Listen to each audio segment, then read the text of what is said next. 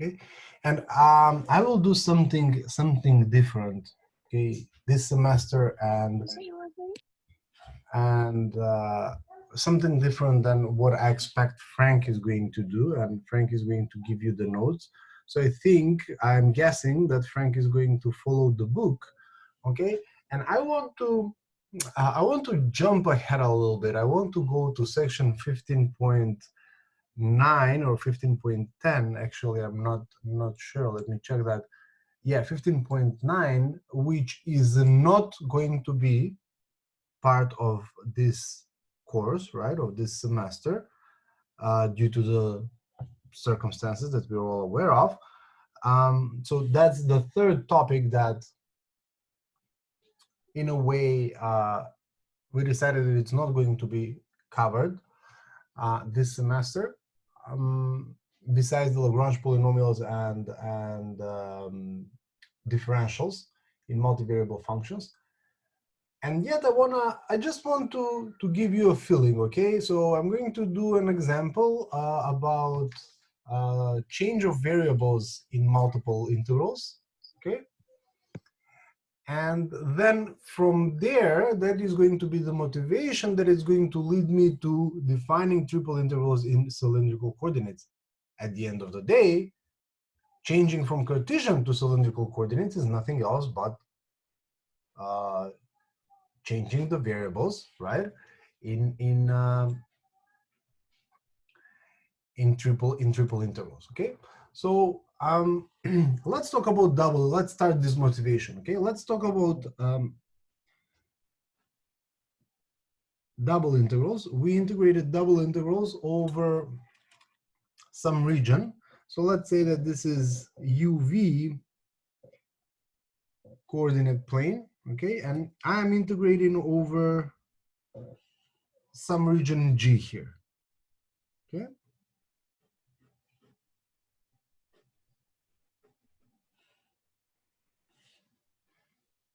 Now I want to introduce a transformation, okay, such that it's going to take this region G in the UV plane, and it's going to bring me to the XY plane, okay, where I'm going to have some region R over which I'm going to integrate, okay? So basically, I want to take some kind of transformation that is going to work on every point UV in the region G. So this region here over which I'm integrating is consisted of all the points UI, VI, okay? I'm introducing some kind of transformation that takes every point in the UV plane and brings it into the Cartesian plane, okay, in the XY plane, and then I get the region R. Okay, so let's say that that transformation is defined by x is equal to g of uv, so a function, some function in two variables, and y is defined as h of uv. The question is, how am I going to evaluate this double integral? So the double integral over the region R, f of x, y, dx, dy is going to be equal to, under this transformation has to be one-to-one. So basically, I have the T inverse transformation of xy that brings all the xy points back to uv points. Okay, should be one-to-one transformation. If I change the variables, then I am integrating over G some function f, capital F, defined, instead of x, I have G of uv, Instead of y, I have h of uv times du dv. Except the thing that's missing here, and that's the new thing, okay, it's called the Jacobian, or the determinant of the Jacobian matrix, denoted as capital J of uv. So the determinant of the Jacobian matrix is the determinant of the matrix consisted of the partial derivatives, partial x partial u, partial x partial v, partial y partial u, partial y partial v. Okay? Or in two variables, that's just equal to partial x partial u, partial y partial v, minus partial x partial v partial y partial u. Okay? Because this changes when we're moving into three coordinates, for triple integrals. It's much easier to remember the Jacobian matrix, okay, and evaluate its determinant. The Jacobian matrix is consisted of the entries of the partial derivatives of x and y. And then if we're working with triple intervals, then z. Of course, it's called the Jacobian after the Carl Gustav Jacobi, the famous mathematician. Okay. So this is the new thing. Okay, you will learn this at university for sure. Everybody that is taking any kind of engineering, mathematics, physics, and so on and so on. This is the new thing that we're learning, okay? Before I jump into triple integrals and how this is going to work there, let me just show you a very simple example, okay? Just to visualize what's going on, okay? So write the integral.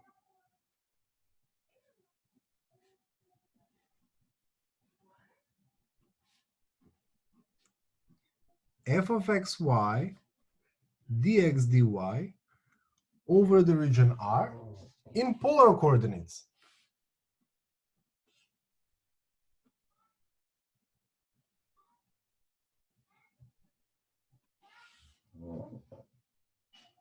Under the transformation,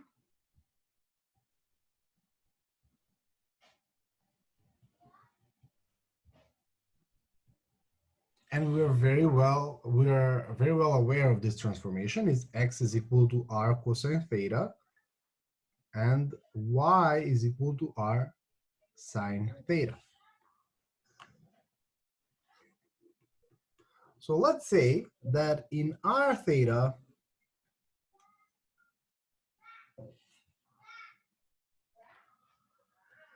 r goes from 0 to 1 and theta goes from 0 to pi over 2.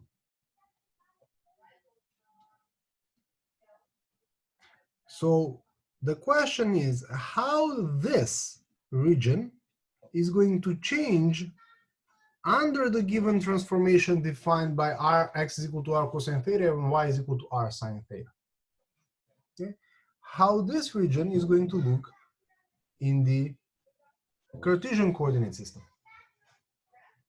How do we do this? Again, I'm going to say this is not part of this semester, okay? I'm just giving a slightly advanced motivation about what are we going to see in 10, 20 minutes, okay? But how am I going to see, how I'm going to be able to visualize the new region, the region under this transformation that acts on this region right here? Well, I go about the boundaries of this region. So 1, what happens on, what happens on this boundary here? How this segment is being transformed under T, okay? Here, guys, you're very quiet, which is fine, but I just don't know if I'm talking. You're here, you're with me, right? Yes, we can hear you. We're all here. So on this segment, theta is equal to 0, and R runs from 0 to 1. Okay? Theta is 0, R runs from 0 to 1. How does this look under this transformation? Okay? So X is equal to R cosine of theta. When theta is 0, cosine of 0 is 1, so X is just R. Y is equal to R sine theta. When theta is 0, no matter how big R is, Y is 0.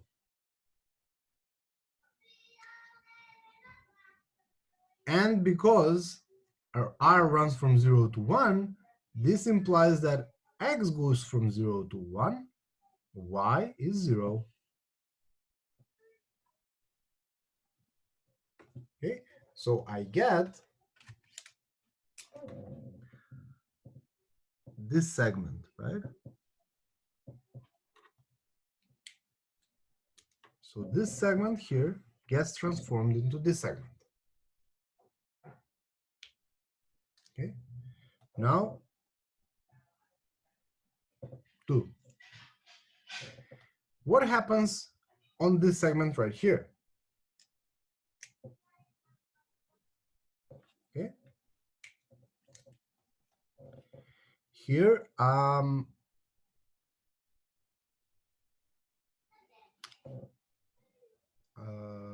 R is equal to 1, right? And theta runs from 0 to pi over 2.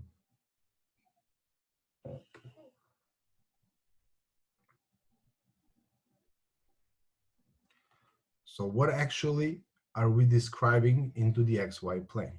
Well, x is equal to cosine theta,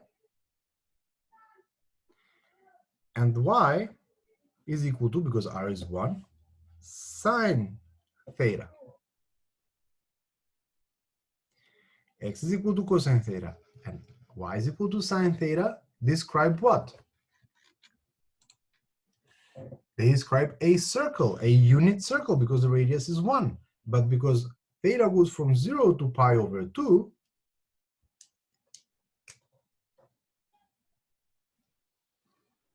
all we have is a semicircle. Quarter circle.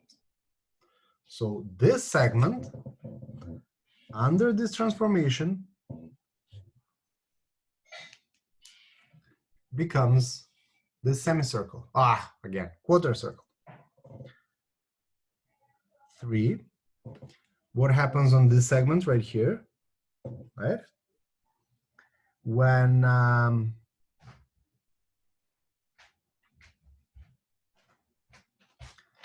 theta is equal to pi over 2, and r runs from 0 to 1, then x is equal to r cosine of pi over 2, that's 0, cosine of pi over 2 is 0, and y is equal to r sine of pi over 2, which is equal to r. Because r runs from 0 to 1, this implies that x is 0, and y runs from 0 to 1. So let's say that this is I, this is double I, this becomes double I, and this is 3. So this segment here, the segment 3, becomes what? Becomes x is 0, fixed 0, and y is from 0 to 1. Y goes from 0 to 1. So this is the third one right here. Okay, so the region that we obtain is a quarter circle. Right? Which makes sense, right? If r is from 0 to 1, r is from 0 to 1, and theta goes from 0 to pi over 2, that means that we're just describing this here quarter circle. Of course, if somebody said, well, wait a second, we forgot 1, that's the fourth line segment here, and that's when r is equal to 0, and theta runs from 0 to pi over 2, because r is 0, here x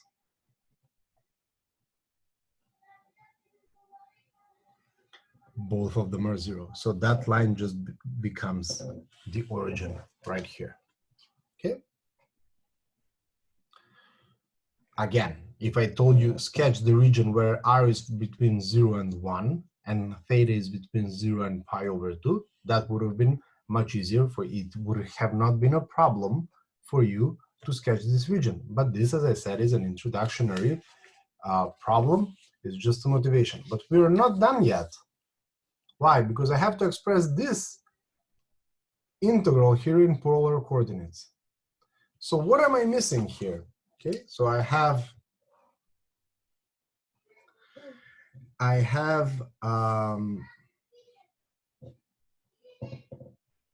of xy, the integrand becomes f of r cosine theta, r sine theta, or some other function defined in r and theta.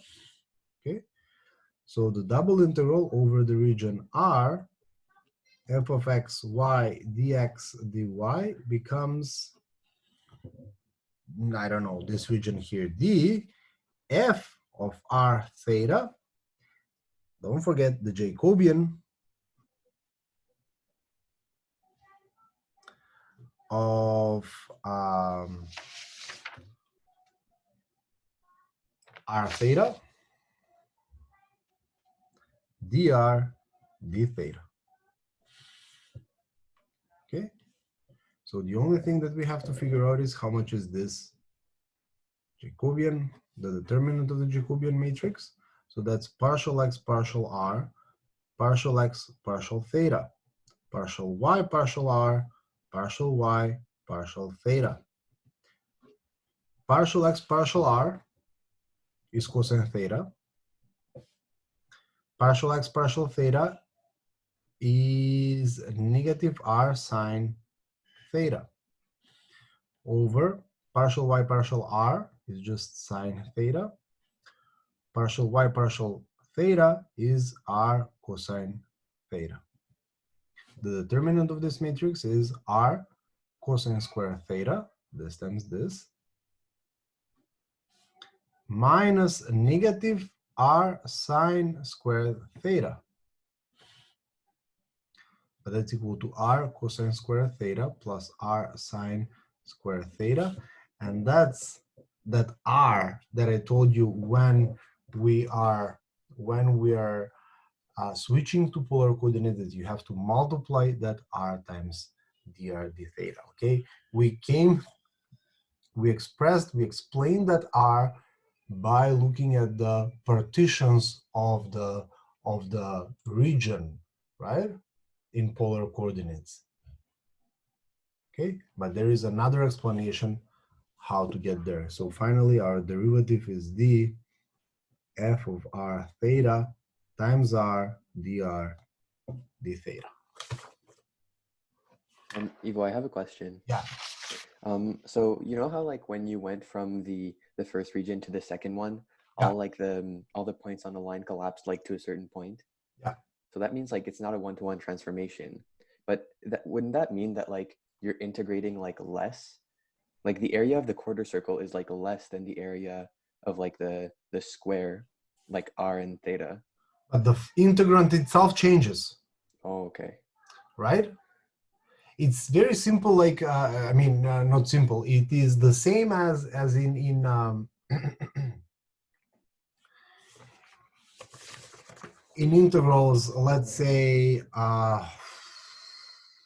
e to power fourth root of x, and I don't know, so now x dx. I don't know if this makes sense or not. And now you're integrating from 0 to 16, right? Mm-hmm. Under the transformation, fourth root of x is equal to u. 0 is going to get transformed to 0, right? Because fourth root of 0 is 0. But fourth root of 16 is 2. Okay. Yeah, so the interval shrinks significantly, right? Mm-hmm. But then I'm integrating completely different function. I'm integrating e to the power of u du. So let's make this a little bit, this is x to power 1, 4. So 1 quarter x to power negative 3 over 2. So there you go, negative 3 over 2. Let's say that this is the function that I want to integrate. The 3 over 4, Yes, but the yeah. interval upon which I'm integrating is significantly less, but then I'm integrating completely different function. Okay. Okay. Okay, that makes sense. But like, and so here, like in the example you just did, we switched like both variables. But let's say we just wanted to do like a u sub for one of them. Is that still like, can we still do that?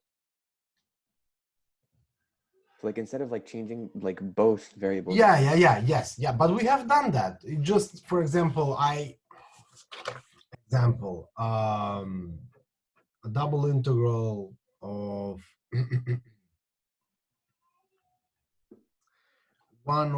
sorry, not one, square root, okay, not,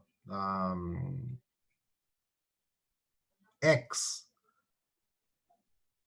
times 9 minus x squared dx dy, let's say, right?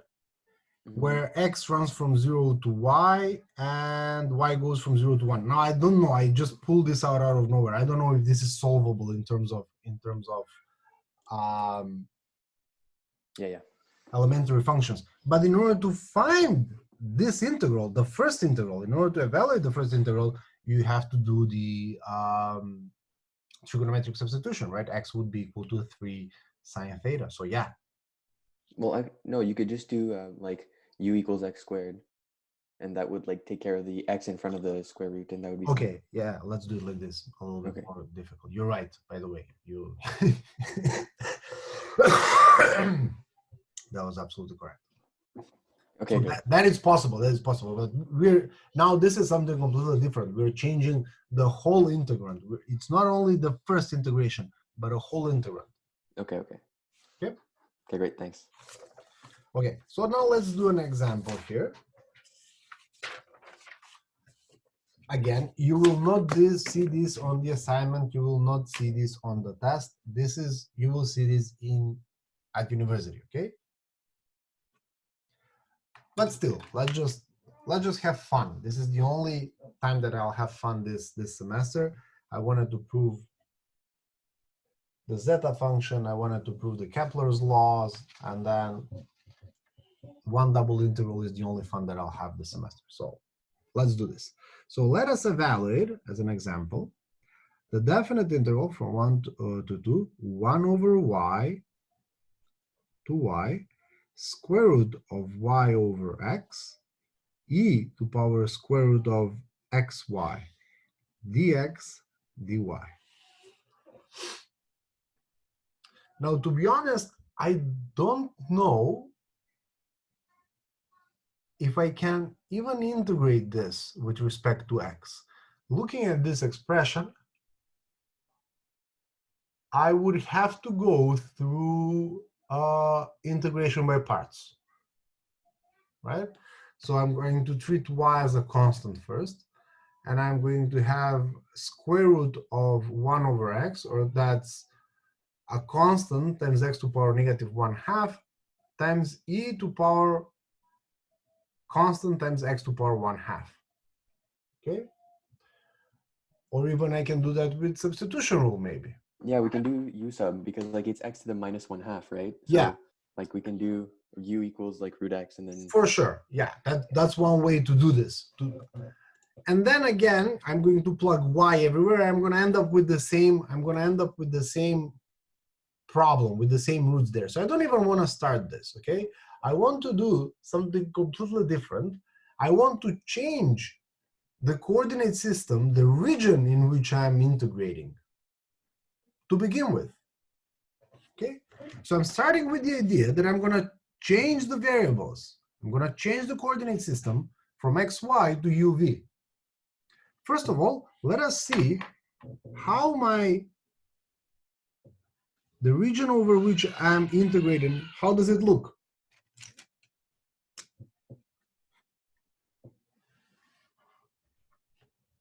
Okay. Here, x is 1 over y and less than y, and y goes from 1 to 2. I'm sorry. So okay, let's catch that. This is x and this is y. I'm sketching the function 1 over y is equal to x. Well, just keep in mind that 1 over y is equal to x is the same function as 1 over x is equal to y, is the same function as xy is equal to 1, right? Depends what you want to multiply with what. Well, y is equal to 1 over x. Everybody knows that hyperbola, right? So this is 1 over x is equal to y, or xy is equal to 1, right? Or 1 over y is equal to x, as we said here.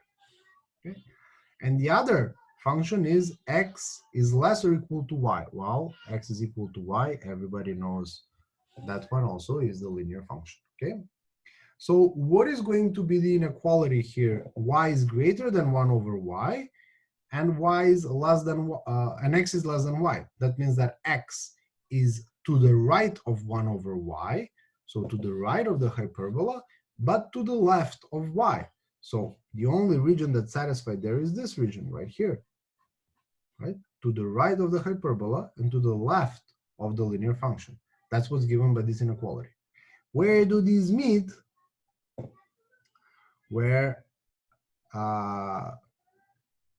y is equal to 1 over y is satisfied only when y is 1, right? And that means by the same logic, because it lies on the y is equal to x line, this point has coordinates 1, 1. So this is going to be here 2. Okay. And y, we say that goes from 1 to 2. So from 1 to 2. This here is the region that I'm integrating. Okay. So let us now just jump into this substitution and define v as square root of y over x. The motivation is right here, right? And u is equal to square root of xy. This one right here. Okay. Now, in order to find the Jacobian, because now this interval here is going to get expressed in u and v, and in order to do that, I need to Jacobian. In order to do that, I need to find the partial derivatives of x and y in terms of u and v. So the first step that I want to do is figure out how much is x and how much are x and y. So square both of these, and you have v squared is equal to y over x, and then u squared is equal to xy. Okay. Again, the goal is to figure out how much is x and how much is y. From here, y is equal to x times v squared. Okay. Plug this expression for y into the second equation, we get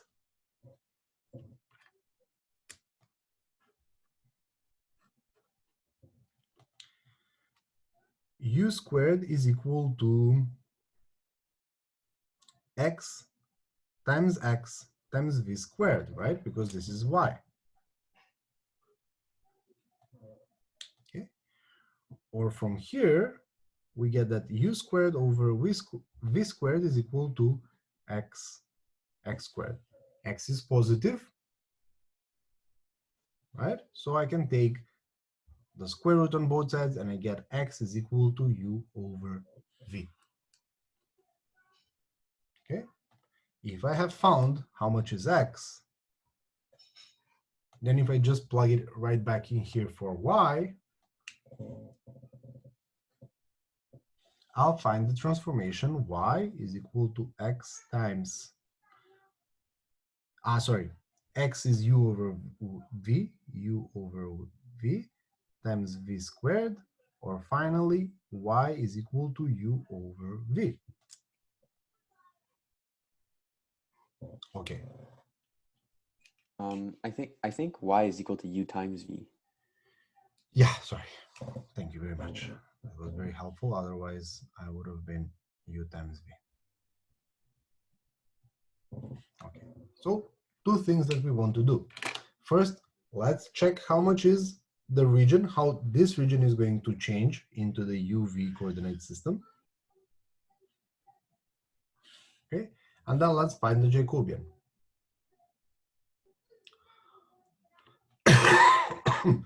So the first line here is this one here, let's say this segment. X times y is equal to 1, right?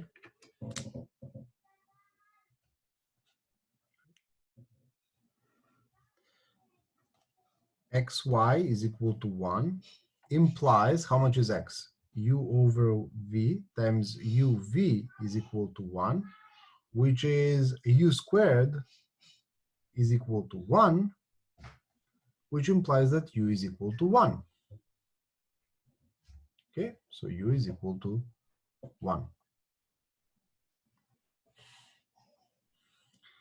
Now this segment here, x is equal to y. Okay, x is equal to y gets transformed into u over v for x is equal to uv for y, which implies that, what is this? 1 is equal to v squared, right? This and this one will cancel. 1 is equal to v squared, which means v is equal to 1. Okay. And finally, the third segment right here, okay, the third boundary, where we have y is equal to 2, that implies that 2 is equal to uv, or v is equal to 2 over u, which is a hyperbola in this segment. So it's like this.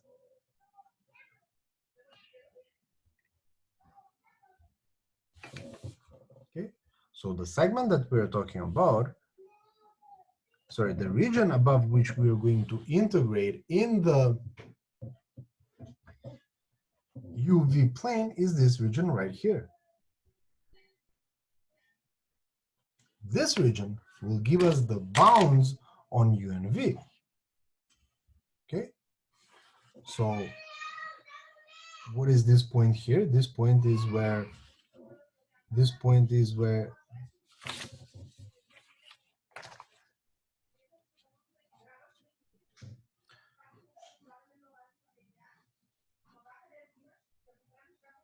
is the hyperbola v is equal to 2 over u. This is the line v is equal to 1. So obviously, if you solve this, you get that this is the point 2.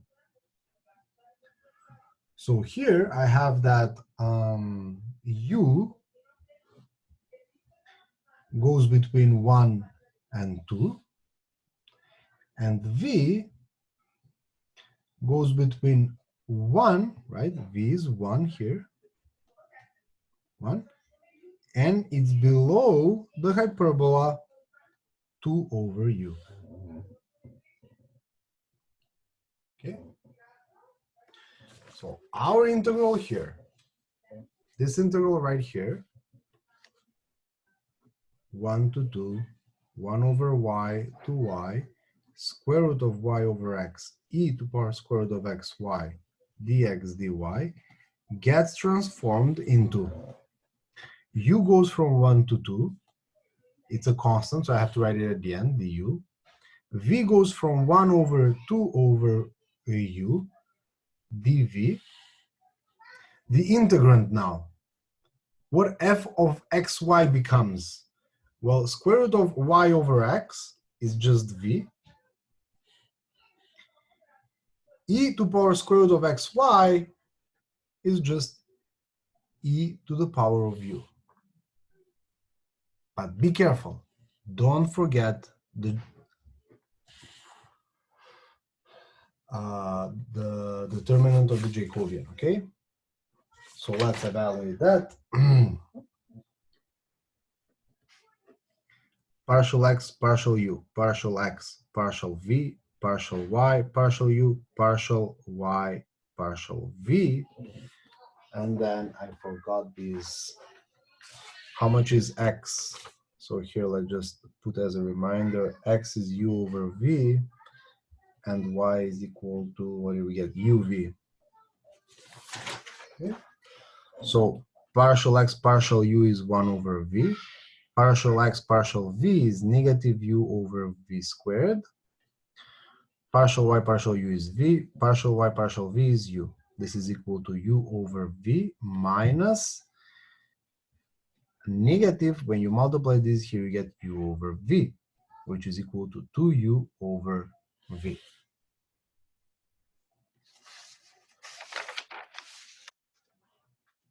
Okay, so finally our integral here, this integral, if I continue from here, becomes the double integral of v times e to the power of u times the Jacobian 2u over v dv du. Sorry about that. Cancel these two. You get the double integral from 2 over u, 2 times u e to power u dv du. This doesn't depend on v, the first variable that I'm integrating with respect with. So that's integral from 1 to 2, 2u e to power u times v, where v runs from 1 to 2 over u du.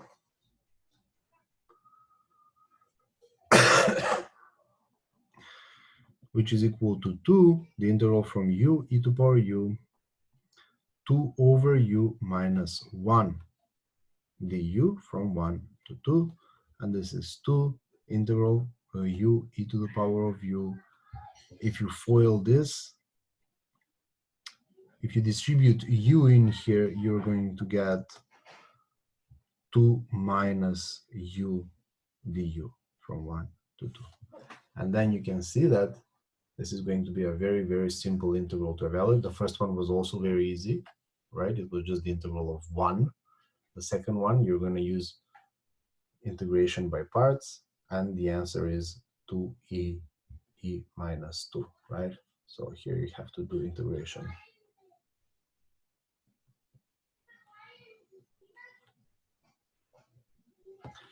Integration by parts.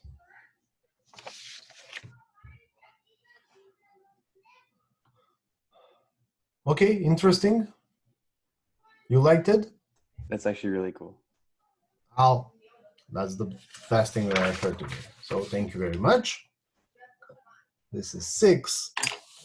And that was, as I said, we were not going to use that. We are not going to learn that section this semester, but this gives me an expression, an idea how to evaluate triple integrals in cylindrical coordinates.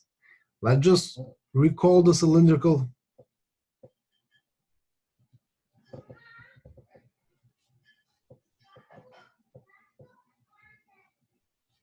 The transformation is r is equal to cosine theta, y is equal to r sine theta, and z stays z. So how the triple integral integrated above the region D of a function defined in 3 variables, dx, dy, dz, is going to look like some function f in terms of r theta z dr d theta dz times, by the same logic that I told you, by the Jacobian in r theta z. So let's just evaluate this one. Jacobian r theta z is equal to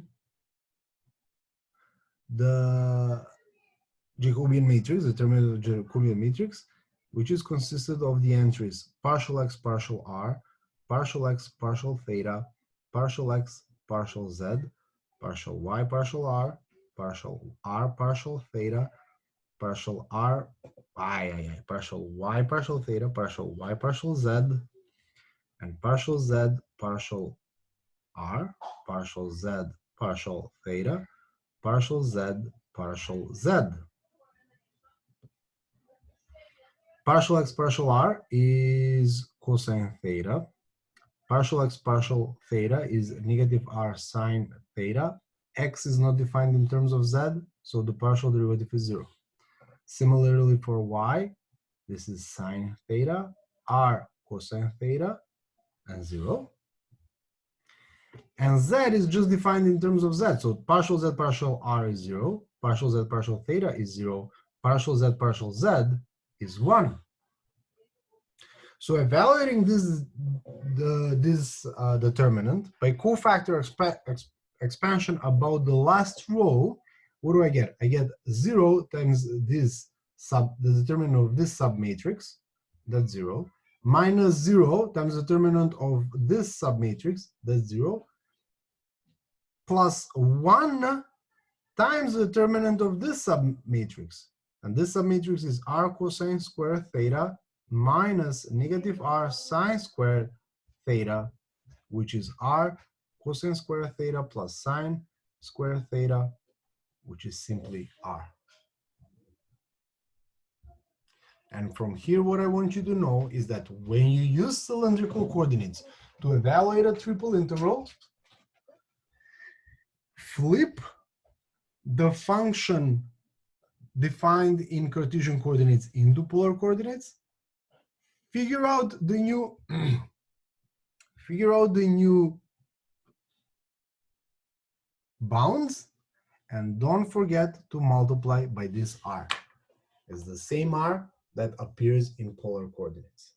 Okay, so that's what you need to know from the lecture today, besides getting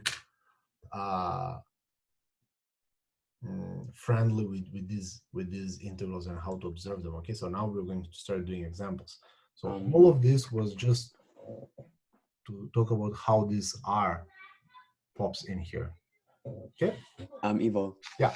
And so like the r appears because it's like the determinant of like this like 2 by 2 matrix, because there's like one variable that stays the same, right? In like the three coordinates.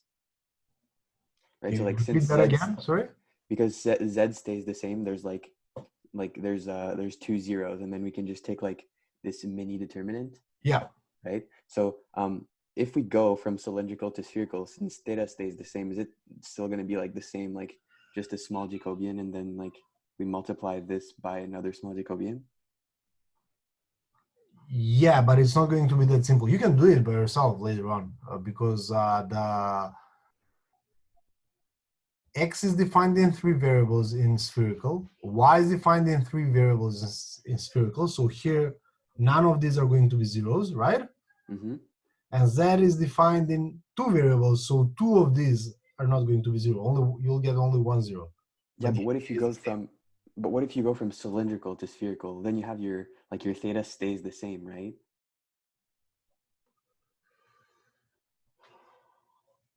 I'll just try it. I'll see. It's okay. Yeah, you have. Yeah, it's okay.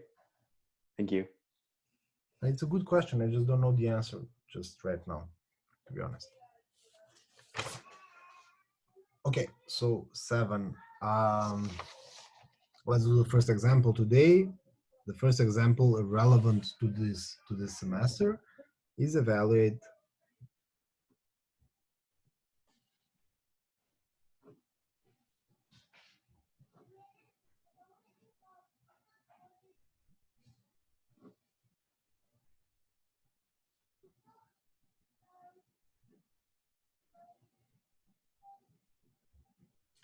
now guys, be careful. If this was a regular final or a regular test, I would give you a question like this and I would expect you to know that you have to flip this into cylindrical coordinates and evaluate it, because it's easier to save some time. I have 12 hours to complete your third test. Open book, all the resources available. You can evaluate any integral. Wow, that is possible. And I can evaluate this integral in terms of Cartesian coordinates. So I'm going to note here, by changing this triple integral into cylindrical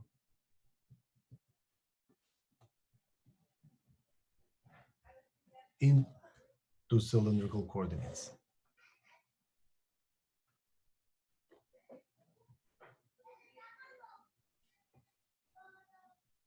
Okay. So let us see what the region in 3D that we are integrating above. What does it look like? Z is between 0 and x, okay? Which means above the xy plane, above 0, z is above 0, below the plane, this is a plane, x is equal to z. That's what this inequality means. X is between 0 and square root of 1 minus y squared. Okay, so that means above whatever that means, right? To the right of, above the y axis, and below to the left of the semicircle.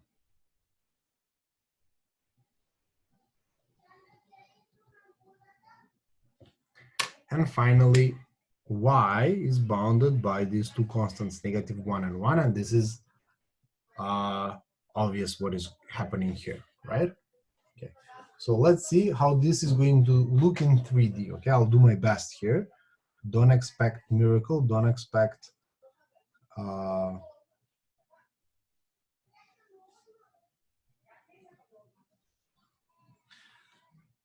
extremely precise sketch here. So let's see. Y is between -1 and 1. -1 and 1. X is above the y-axis, right? So in xy plane, in the xy plane, this here, right, is the unit circle, okay? When I say that x is between greater than 0, that means positive values of x within the semicircle. So this part right here in the xy plane. And that's exactly above.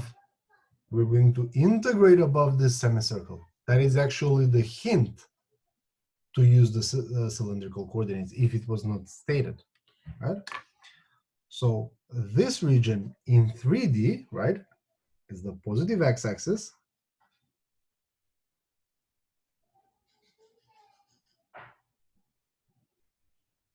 Right here. Okay, so we're integrating above this region. And finally, I'm cutting, right? For example, if we had only these two, this is a semi-cylinder, right?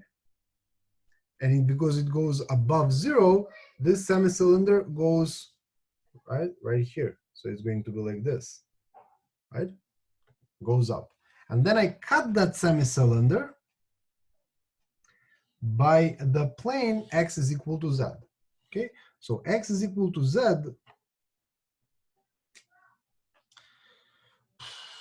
don't know how to do that. Is this plane right here, let's say.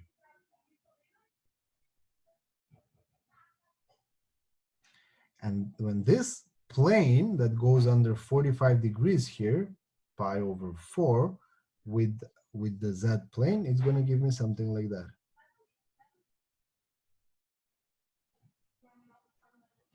So that's it. Okay, this is the solid above which we're integrating. So this is a plane here. Okay.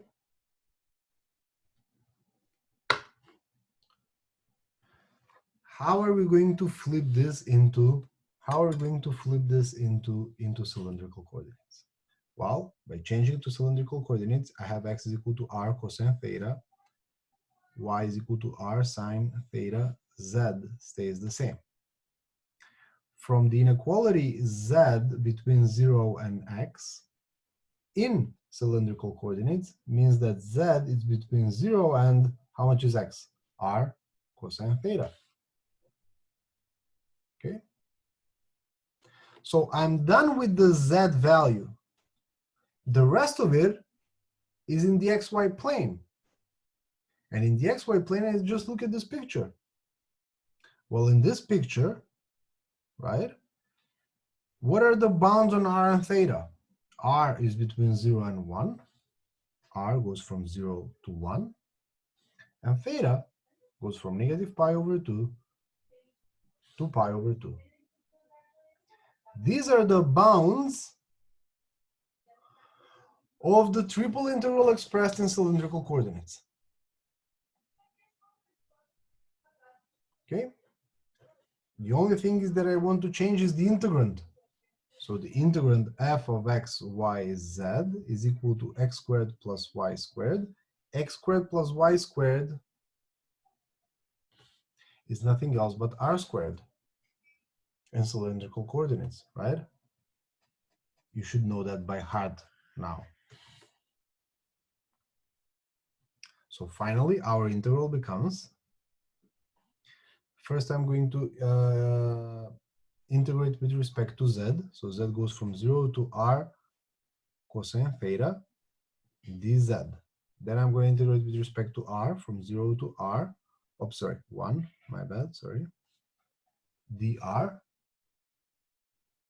And at the end, I'm going to integrate with respect to theta, negative pi over 2 to pi over 2. What is the integrand? Integrand becomes r squared times, don't forget the Jacobian. When you move into polar coordinates, don't forget that extra r that appears. And now I'm going to go and drink some water. You have an integral here to compute. So do it very fast. That's the integral from negative pi over 2 to pi over 2. The integral from 0 to 1.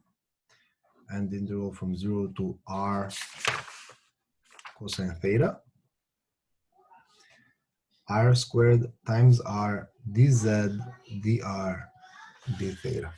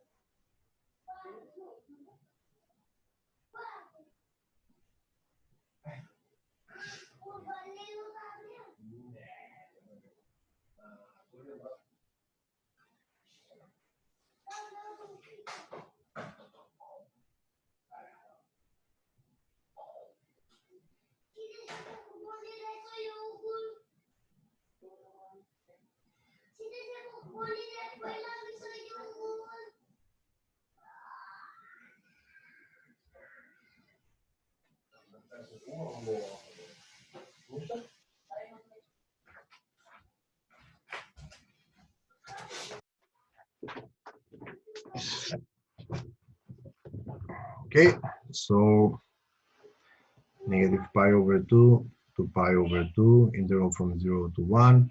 This is r cubed times z from 0 to r cosine theta, dr d theta, negative pi over 2 to pi over 2, integral from 0 to 1, r to the power of 3 times r cosine theta, dr d theta.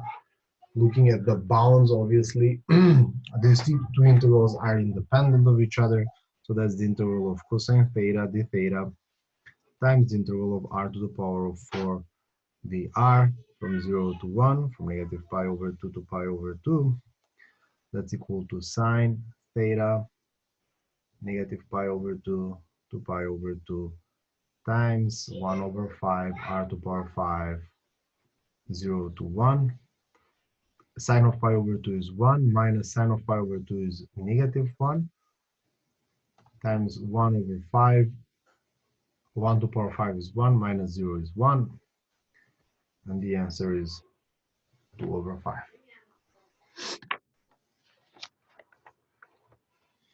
Any questions?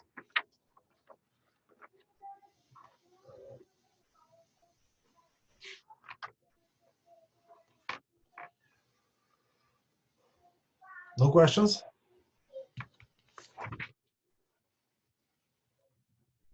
Okay, let's do another example.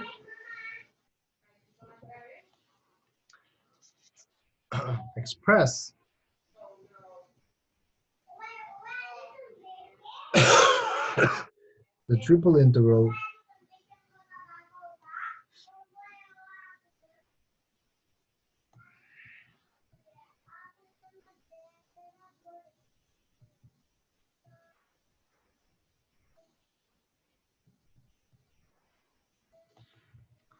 So express this triple integral, obviously in cylindrical coordinates, where D, the region above we're integrating, is the right circular cylinder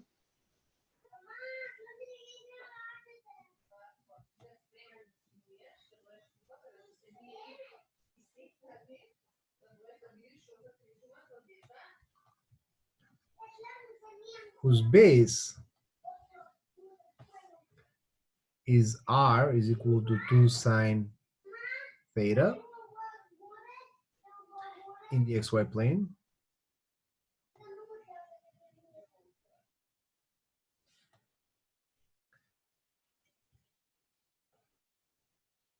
and whose top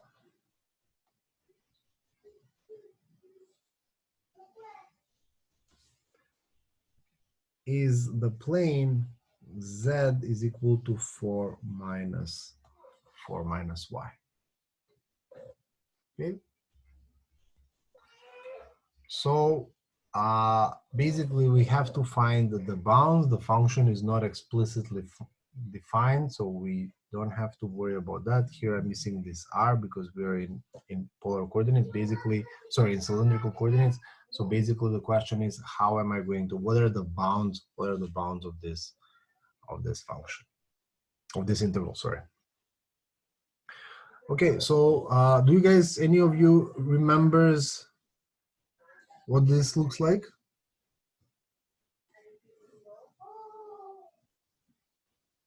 That's a circle. That's a circle centered where? At 1. Circle centered at 1. If you don't remember that, this is pi over 2, and that's pi.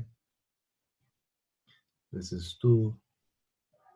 This is very important because that's how you're going to bound theta, right? Theta is going to go just from 0 to, oh, sorry, this is theta and this is r. Okay, so in the xy plane, okay, that's just going to be the circle when theta is 0, r is 0. When theta is pi over 2, r is 2, 1, 2 is this circle right here. Okay, so that means that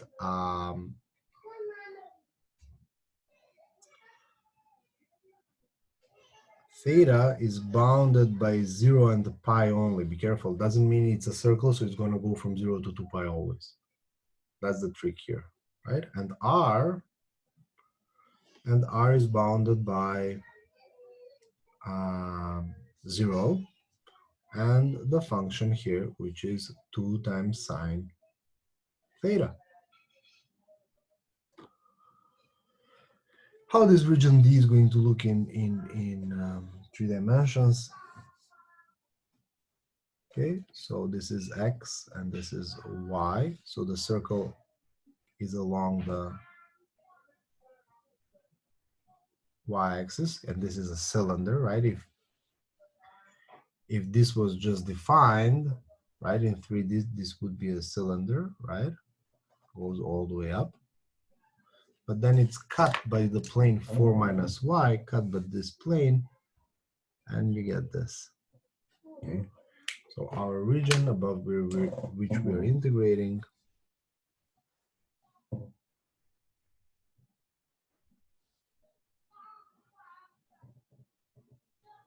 is this one right here. Okay, well then the only question that's left is, what is the bound on z? Well, z is above the xy plane, right? So that means only positive values for z, and bounded above by 4 minus y in cylindrical coordinates. That's 4 minus r sine theta. So our integral becomes f of r theta z times r dz. Z runs from 0 to 4 minus r sine theta. The r runs from 0 to 2 sine theta, and the theta that goes from 0 to pi.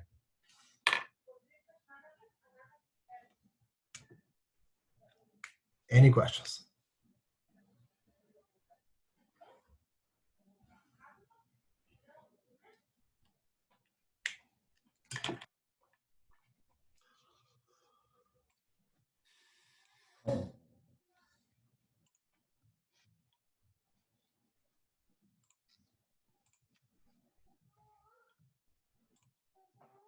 I've got 10 more minutes, really.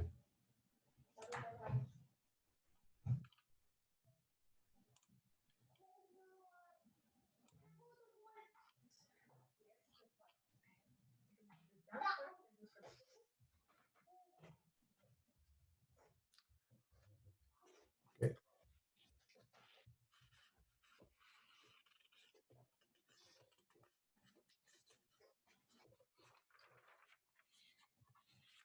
Let's do a problem from the one of the past finals.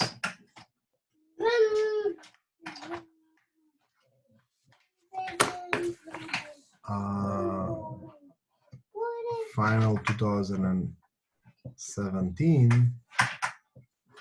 Okay. Express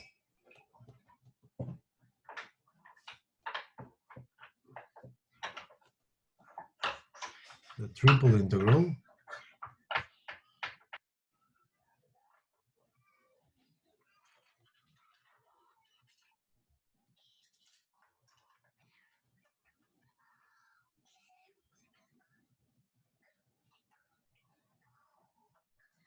in cylindrical coordinates. Okay, a question from the question from the past finals. Okay, you're given a triple integral. The question is just to express it. Okay, you don't have to evaluate it. Okay, so let us figure out what this region is. So Z is between 5 and x squared plus y squared. Oh, sorry, the other way around, my bad. So Z is greater than x squared plus y squared. You guys have to know how to sketch this. Okay, less than 5. Y is between 0 and square root of 5 minus x squared. And finally, x is between 0 and square root of 5. Okay. So first of all,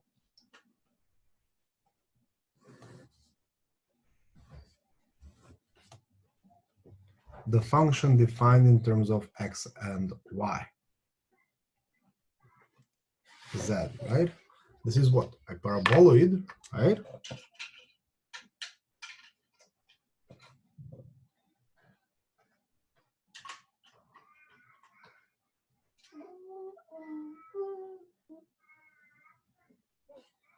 Okay. So Z is above the paraboloid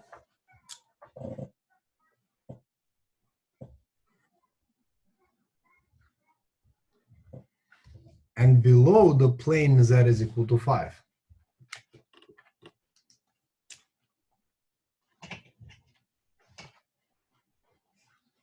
This plane right here. Okay. Now let us look in the XY plane.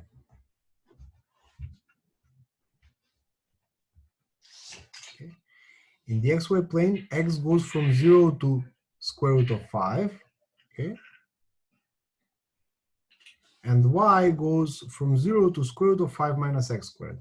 This circle here is x squared plus y squared is equal to 5. Right? So basically this is a circle with radius square root of 5 centered at the origin. Now y is only the upper semicircle, right? Because it's greater than 0 and less than square root. So the upper semicircle. But x is only takes on the positive values. So x only takes on the positive values here. So that means that we are talking about just a quarter circle.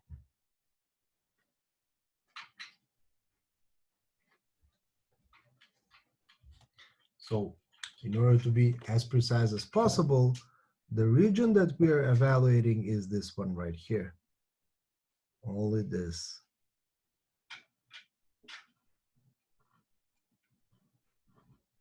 This is the region above which we're evaluating the triple integral. Okay? So what is that going to be in cylindrical coordinates? Obviously, theta from the xy plane goes from 0 to pi over 2. That's as straightforward as it can be. R goes from 0 to square root of 5, right? Again, only from the xy plane. And then finally, z is bounded above by 5. That doesn't change, right? And it's bounded below by x squared plus y squared. And I told you, x squared plus y squared, it's time for you to learn it. It's just r squared in cylindrical coordinates, okay? Or in polar coordinates. From here, the integrand is going to be square root of r squared, which is simply r. And finally, our answer, our integral, becomes square root of x squared plus y squared, it's r. I'm switching to cylindrical coordinates, so I have to, by the include this Jacobian, which in cylindrical coordinates is r.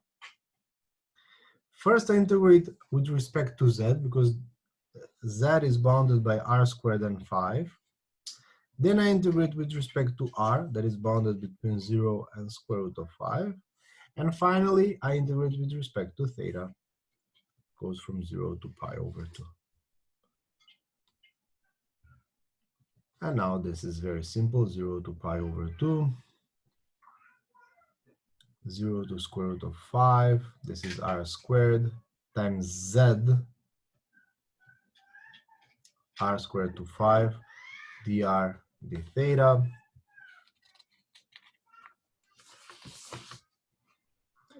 That's equal to 0 to pi over 2, 0 to square root of 5, r squared times 5 minus r squared, dr d theta. R and theta are independent, so integral of 1 d theta is theta, evaluated from 0 to pi over 2. This integral here is 1/3 r cubed minus 1 over 5 r to power 5, integral from 0 to square root of 5. So that's pi over 2, 1/3 square root of 5 cubed minus 1 over 5 square root of 5 to the power of 5, which now you can simplify and so on, right? This is pi over 2. This is pi over 3 square root of 5 minus 25 over 5 is 5 square root of 5. So you can have pi square root of 5 over 2 times 5 over 3 minus 2. I don't know how much it is. Negative 1/3. So that's negative square root of 5 over 6 times pi. I check this, I don't know. The question was just to express the integral, and then you would have stopped right here. You would have stopped right here. Okay. But it wasn't a simple integral, so we evaluated it, and if I made some mistake, let me know next class. All right, guys, I'm done for today, done for this weekend. I'm definitely going to be recording some videos over the weekend, okay?